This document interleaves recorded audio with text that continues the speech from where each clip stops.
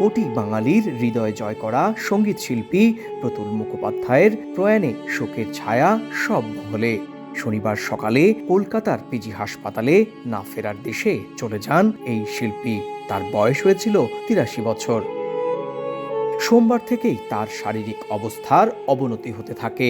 নেওয়া হয় নিবিড় পর্যবেক্ষণ কেন্দ্রে। শিল্পীর উন্নত চিকিৎসার জন্য গড়া হয়েছিল মেডিকেল টিমও, কিন্তু কিছুতেই কিছু হয়নি। বার্ধক্যজনিত কারণে নানা জটিলতায় আক্রান্ত হয়ে শনিবার সকালে মারা যান প্রতুল। ১৯৪২ সালের ২৫ জুন অবিভক্ত বাংলার বরিশালে জন্মগ্রহণ করেন প্রতুল মুখোপাধ্যায়। দেশভাগের সময় বাবার হাত ধরে পাড়ি জমান ভারতের পশ্চিমবঙ্গের হুগলি জেলার চুঁচুড়ায়। সে সময় তিনি উত্তর কলকাতায় বসবাস করতেন।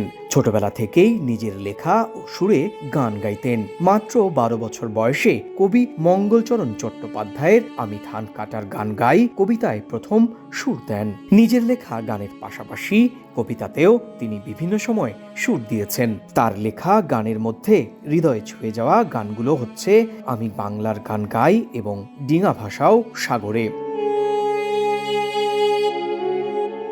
রাজ্য সরকারের পক্ষ থেকে রাষ্ট্রীয় শ্রদ্ধায় প্রতুল মুখোপাধ্যায়ের শেষকৃত্য অনুষ্ঠান সম্পন্ন হবে।